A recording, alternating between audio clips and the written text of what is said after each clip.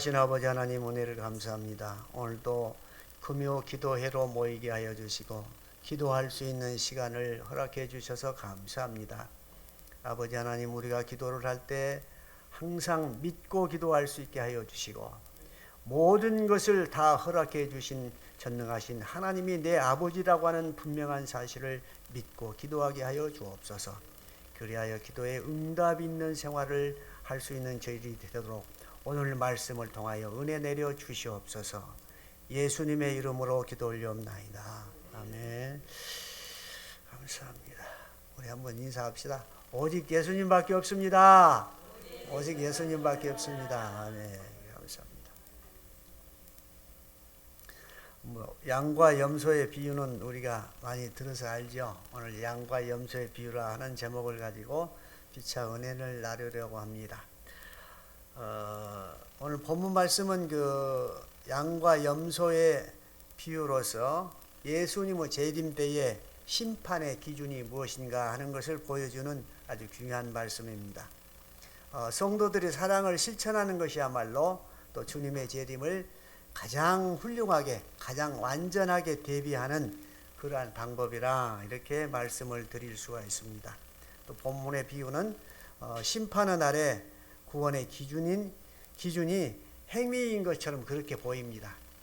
행위인 것처럼 보이지만은 구원의 조건이 선행이 되는 것이 아니라 사랑을 실천하는 자는 구원을 이미 받은 것이라는 확실한 그러한 측면을 강조해서 보여주는 그러한 비유입니다. 구원이 행위에 의해서 받는 것이 아니라 구원을 받는 자는 그 표징이 사랑의 행위로서 나타나는 것입니다. 그러니까 구원은 행위의 결과가 아니고 구원은 행위는 믿음의 결과라고 하는 것입니다. 그 믿음의 결과에 의해서 구원이 이루어지는 것이죠. 구원의 문제에 있어서 루터는 로마서 1장 17절에서 이렇게 얘기했죠. 이신득이, 이신칭이 오직 믿음으로 의롭다함을 받는다, 이렇게 얘기를 했는데, 사실 루터는 그렇게 주장을 하면서 말년에 가서 노년에 아주 자괴감에 빠졌습니다.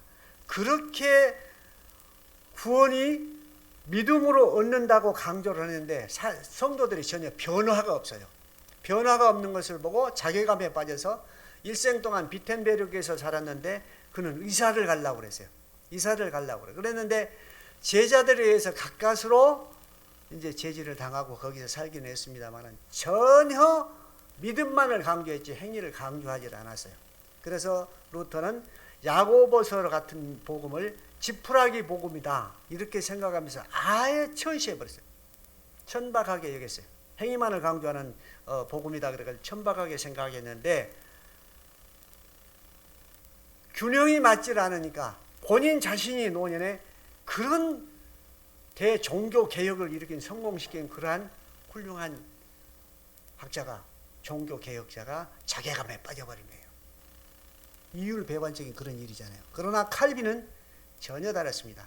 우리가 구원은 믿음으로 얻는 것이다. 그러지만 반드시 그 믿음은 행위로서 증거가 돼야 된다. 구원받은 사람은 반드시 행위가 따라야 된다. 그것이 구원이 현실적으로 증거할 수 있는, 입증할 수 있는 그런 증거다. 이렇게 얘기를 해서 구원과 믿음과 행위를 동시에 똑같은 그러한 비중으로 봤던 것입니다. 그러니까 구원의 양면성을 가지고 얘기하는 거예요. 구원의 한쪽은 믿음이요, 한쪽은 행위라고 하는 양면성을 가지고 설명을 한 것입니다.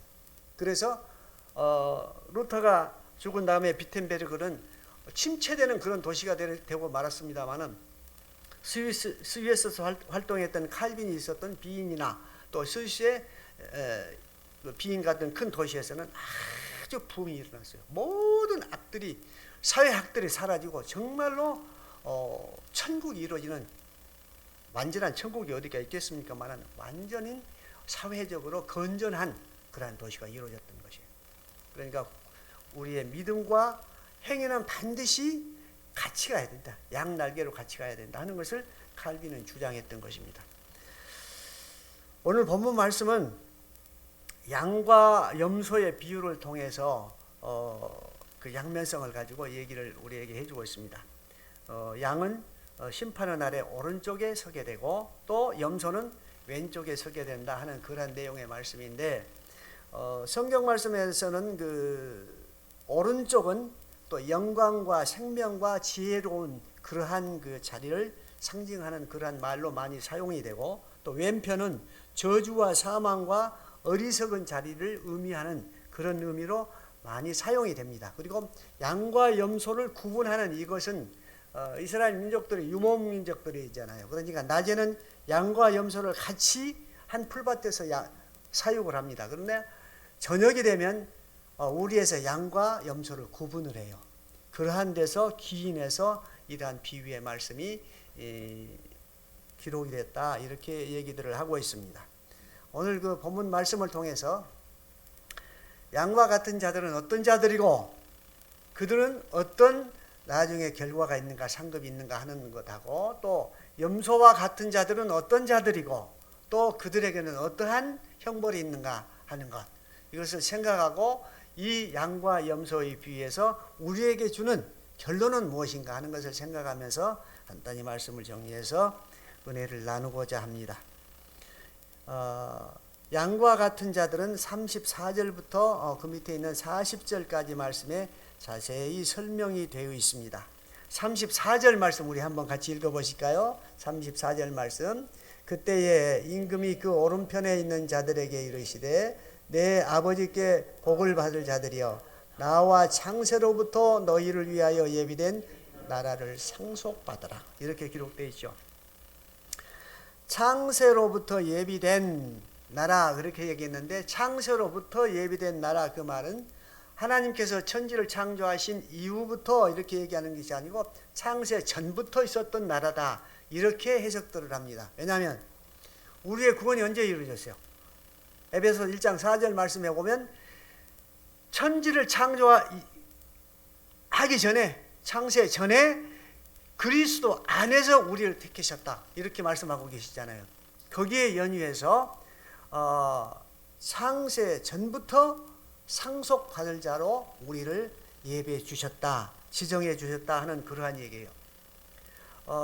로마서 8장 17절 말씀해 보면 자전이면 또한 상속자 곧 하나님의 상속자요 그리스도와 함께 한 상속자니 우리가 그와 함께 영광을 받기 위하여 고난도 함께 받아야 할 것이니라, 이렇게 사도 바울이 얘기를 하고, 사도 바울은 살아생전에 하늘나라를 갔다 온 사람이죠. 삼청천외를 갔다 와서 하늘나라의 그 아름다움에 매료돼서 너무 매료돼서, 그래가지고 하나님의 영광된 그 삶, 하나님께서 정말 기뻐하는 그러한 사역을 한번 하고 싶어서 간절한 소원이, 그에게는 한 가지 소원이 있었어요.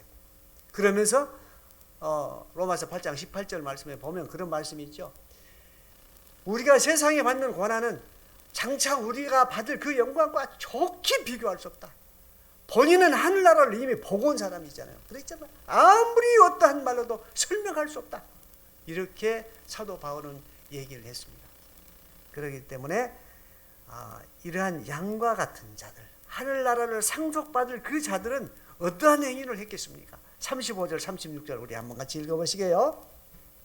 내가 줄일 때에 너희가 먹을 것을 주었고 목마를 때에 마시게 하였고 나그네 되었을 때에 영접하였고 헐벗었을 때에 옷을 입혔고 병들었을 때에 돌보았고 옥에 갇혔을 때에 와서 보았느니라.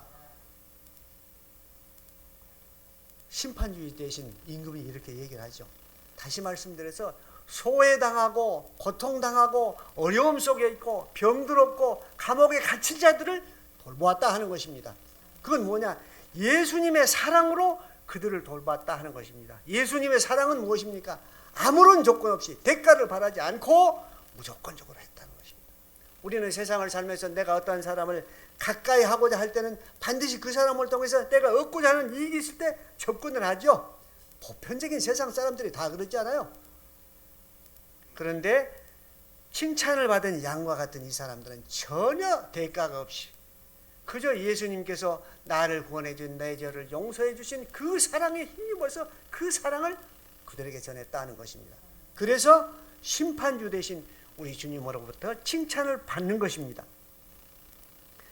또 그들의 대답이 어떠합니까? 37절부터 39절 말씀까지 있습니다. 우리 한번 같이 읽어보시게요. 이에 의인들이 대답하여 이르되 주여 우리가 어느 때에 주께서 줄이신 것을 보고 음식을 대접하였으며 목마르신 것을 보고 마시게 하였나이까? 어느 때에 나그네 되신 것을 보고 영접하였으며 헐벗으신 것을 보고 옷 입혔나이까? 어느 때에 병드신 것이나 옥에 갇히신 걸 보고 가서 배웠나이까? 하리니 이들의 대답입니다. 전혀 주님을 대접한 적이 없습니다. 이러한 차원 높은 그러한 신앙의 자리에 들어가야 되지 않을까? 정말 성숙한 그런 신앙의 자리에 들어가야 되지 않겠습니까? 내가 베풀면서도 전혀 대가를 바라지 않고 주님이 나를 사랑해 주셨으니까 나 같은 죄인을 구원해 주셨으니까 나 역시 주님을 닮아서 그 사랑을 갚으며 살아야겠습니까? 그러면서도 주님이 나에게 베풀어 주신 그 천만 사랑을 천만분의 일도 갚지 못할 그러한 죄입니다. 겸손한 마음을 했을 때 그것이 곧 하늘의 상급과 구원과 관련된 그러한 사랑이다 하는 것입니다. 이러한 사랑의 실천이 있을 때 주님께서 이들에게 영생뿐만 아니라 상도 주고 영생도 약속해 주신다 하는 것입니다. 그러니까 임금이 뭐라고 대답하십니까? 40절 말씀 우리 한번 읽어보시기요. 임금이 대답하여 이르되 내가 진실로 너희에게 이르노니 너희가 여기 내 형제 중에 지극히 작은 자 하나에게 한 것이 곧 내게 한 것이라 하시고 이렇게 말씀하시죠. 내 형제 중에 지극히 작은 자 하나에게 한 것이 곧 내게 한 것이니라 이렇게 말씀하십니다. 주님께서는 작은 자 한 사람 그 사람과 주님을 동일시한다 하는 것입니다. 어떻게 보면 우리가 현실적으로 좀 힘겹고 어려운 사람들 만나잖아요. 그러면 그 사람을 동정하고 싶은 마음이 생기죠. 경우에 따라서 생길 수도 있고 안 생길 수도 있습니다만은 생기는데 그 표면적인 그 이유만을 보지 마시고 그 이면에 봤을 때 그 어려운 사람을 내게 보여주신 것은 누구시겠어요? 주님께서 보여주셨잖아요. 내가 그 사람을 동정해야 되겠다는 그 마음도 누가 주신 거예요? 주님이 주신 것이죠. 그래서 그 어려움에 처한 그 사람은 주님의 모습이라고 하는 것이 결론을 나올 수가 있습니다. 그렇기 때문에 어려운 처지에 있는 그 사람을 항상 주님께서 우리를 구원해 주신 그 사랑의 마음으로 그들을 보았을 때 거기서 예수님을 발견하는 것입니다. 높고 화려한 자리 거기에서 예수님을 만나는 것이 아니고 낮고 천한 자리 어려운 자리 거기에서 예수님을 만나는 것입니다. 예수님을 하늘나라의 예수님을 형체적인 모습으로 만날 수는 없죠. 예수님의 마음을 느낄 수 있고 하나님의 사랑을 느낄 수 있고 그러므로 인해서 우리가 예수님을 만날 수 있는 것입니다. 현실적으로 힘겹고 어렵고 고통당하는 그러한 자들을 예수님의 마음으로 보고 영접했을 때 거기에서 예수님을 만난다고 하는 것입니다. 거기에 기쁨의 삶이 열리는 것이고 행복한 삶이 열리는 것이고 주님의 성령의 열매가 거기서 맺혀지게 되는 것입니다. 우리가 주님의 사랑으로 양과 같은 거룩한 마음으로 살아갈 때 주님께서는 언제든지 우리를 만나주시고 거기서 주님의 만나는 기쁨과 감사와 평안을 우리에게 주시는 것입니다. 현실의 문제, 그 문제를 넘어서서 영적인 눈으로 우리가 바라보았을 때 거기에서 주님께서 주시는 영적 평안과 현실적 평안을 동시에 누릴 수 있는 그러한 축복이 우리에게 열리는 것입니다. 두 번째로 염소와 같은 자들은 어떠한 자들입니까? 이러한 자들은 41절부터 45절까지의 말씀에 있는데 41절 말씀 우리 한번 같이 보시게요. 또 왼편에 있는 자들에게 이르시되 저주를 받은 자들아 나를 떠나 마귀와 그 사자들을 위하여 예비된 영원한 불에 들어가라 이렇게 말씀하시죠. 왼편에 있는 자들은 그 저주 받을 자다. 또 앞에서 말씀드린 대로 영벌에 들어갈 자들, 또 지혜롭지 못한 자들, 이러한 자들을 의미한다는 그런 말씀으로 사용한다 그랬죠. 그래서 왼편에 있는 자들 임금은 이렇게 얘기를 하는 거, 저주를 받은 자들아 이렇게 했는데 이 말씀에 주목해야 됩니다. 저주를 받을 자들이 아니고 상을 받을 자들은 영생에 들어갈 자들은 영생을 받을 자들 이렇게 미래적으로 표현이 됩니다만은 여기서는 저주를 받은 자들아 이렇게 얘기를 합니다. 아주 현실적인 문제입니다. 예수님을 믿지 않고 영접하지 않은 자들, 그 자들은 이미 그 자체가 저주입니다. 그래서 저주를 받은 자들아 이렇게 표현을 합니다. 저주를 받은 자들은 요한계시록에 가면 이제 음료로 표현이 되는데 예수님의 신부는 누굽니까? 교회를 예수님의 신부라고 그러죠. 그래서 사탄 마귀의 신부는 음료들을 얘기를 하는 것입니다. 여기서 저주를 받은 자들, 다시 말씀드려 음료들을 얘기를 하는 것입니다. 저주를 받은 자들은 현실적으로 이미 예수를 믿지 않으므로 이 땅에서부터 저주를 받고 산다는 얘기예요. 아주 중요한 문제입니다. 그래서 우리가 믿지 않는 영혼들을 구원해야 할 이유가 거기에 있습니다. 이 땅에 있으면서 현재적으로 재정적인 넉넉함과 뭐 출세나 부귀나 명예를 얻고 살지 못한다면 모르지만 그 자체가 이미 저주라고 하는 얘기예요. 그래서 그들을 구원해내야 됩니다. 그들이 생명이 이 땅에서 끊어지기 전에 그 저주의 삶 속에서 끊어서 주님의 생명의 삶으로 접붙임을 받아야 된다고 하는 것입니다. 그래서 우리가 믿지 않는 자들을 구원해야 되고 복음을 전할 이유가 거기에 있는 것입니다. 왜냐하면 믿는 자들이나 믿지 않는 자들이나 똑같이 하나님께서 창조하셨잖아요. 그러나 믿지 않는 자들은 사탄의 지배를 받고 있는 자들이고 믿는 우리는 하나님의 성령의 지배를 받고 사는 자들이잖아요. 그렇기 때문에 믿지 않는 자들도 우리가 너무 미워하고 이렇게 도외시해서는 안 됩니다. 어차피 그들도 하나님의 택한 백성이라면 구원받아야 할 자들이기 때문에 따뜻한 사랑의 마음으로 대하고 그들을 감싸줘야 됩니다. 그렇게 될 때 하나님의 능력이 우리의 삶을 통해서 나타나게 되는 것입니다. 또 그들의 행위는 42절부터 43절까지 나왔습니다. 우리 한번 같이 읽게요. 내가 줄일 때에 너희가 먹을 것을 주지 아니하였고 목마를 때에 마시게 하지 아니하였고 나그네 되었을 때 영접하지 아니하였고 헐벗을 때에 옷 입히지 아니하였고 병들었을 때에 옥에 갇혔을 때나 돌보지 아니하였느니라 하시니, 다시 말씀드려서 힘들고 어렵고 가난하고 병든 나그네 된 이 사람들, 그 사람들의 모습으로 주님이 오셨다 하는 얘기예요.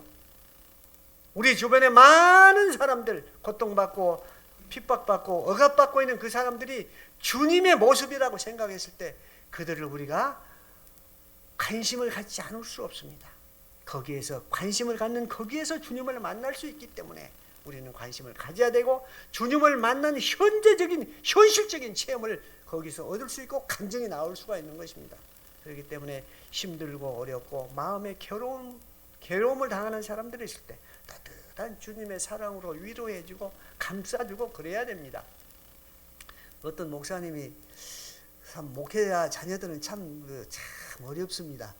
저는 뭐 이제 다 큰 뒤에 목회를 해서 다행입니다만 어려워요. 갇혀서 사는, 감옥에 갇혀서 사는 그러한 답답함들이 있다 그래요. 간증들을 들어봤는데 고등학교를 다니는 목사님 아들이 가출을 한 거예요. 가출을 해가지고 몇 달이 돼서 들어왔어요. 가출을 해보니까 갈 곳이 없거든. 힘들고 어렵고 밥 먹여주는 사람도 없고. 그러니까 몇 개월을 헤매다가 다시 돌아왔는데 사모님은 울고불고 난리를 했는데 목사님은 딱 들어오니까 딱 한 말씀, 아들을 향해서 나는 너를 믿는다. 딱 그 한 말씀. 아들이 그 말씀에 변화를 받은 거예요. 열심히 해가지고 대학도 괜찮은 데를 들어가고 졸업해가지고 지금 목사가 돼서 목회를 잘하고 있다고 하는 그런 간증을 들어봤어요. 아무리 우리가 주변에서 사람들이 나에게 실망을 주고 나에게 불편한 얘기를 하고 그랬죠. 한마디, 나는 너를 믿어. 당신을 믿어. 그 말 한마디가 사람을 변화시킵니다. 그것이 하나님의 말씀, 그 성령이 주시는 말입니다. 그 말 속에 능력이 들어있습니다. 우리가 세상을 살아가면서 얼마나 그런 경우가 많이 있습니까? 서로 불편하고 또 이렇게 말 못할 그런 어려움들이 많이 있잖아요. 그런 마음속으로. 그래도 나는 너를 믿어. 우리는 같은 하나님의 택함받은 하나님의 백성이기 때문에 나는 믿어. 너를 믿어. 그 생각, 그 마음 자체가 그 상대의 마음을 변화시키고 행위를 변화시키고 말을 변화시키는 그러한 능력으로 작용이 됩니다. 이것이 성령의 역사입니다. 살아 역사하시는 성령의 역사입니다. 그 성령의 역사는 우리가 어떠한 마음을 가지고 상대를 대하느냐에 따라서 성령이 역사하시는 것입니다. 그러나 부정적인 생각, 부정적인 마음을 가지는 사탄이 역사를 해요. 그래서 중요한 것입니다. 우리의 마음이 항상 주님을 향해서 빛 가운데 거하고 성령이 역사하는 데 거하면 항상 이러한 마음을 가질 수 있습니다. 나는 너를 믿어. 아무리 네가 나를 힘겹게 해도 나는 너를 믿어 하는 그 말 속에 예수님의 사랑이 담겨 있고 능력이 담겨 있고 지혜가 담겨 있습니다. 우리 이렇게 살아야 되지 않겠어요? 네, 아멘, 할렐루야. 또 그들이 대답이 어답니까? 44절 말씀 우리 한번 보시게요. 44절. 그들도 대답하여 이르되 주여 우리가 어느 때에 주께서 줄이신 것이나 목마른 것이나 나그네 되신 것이나 헐벗은 것이나 병드신 것이나 옥에 갇히신 것을 보고 공양하지 아니하였나이까.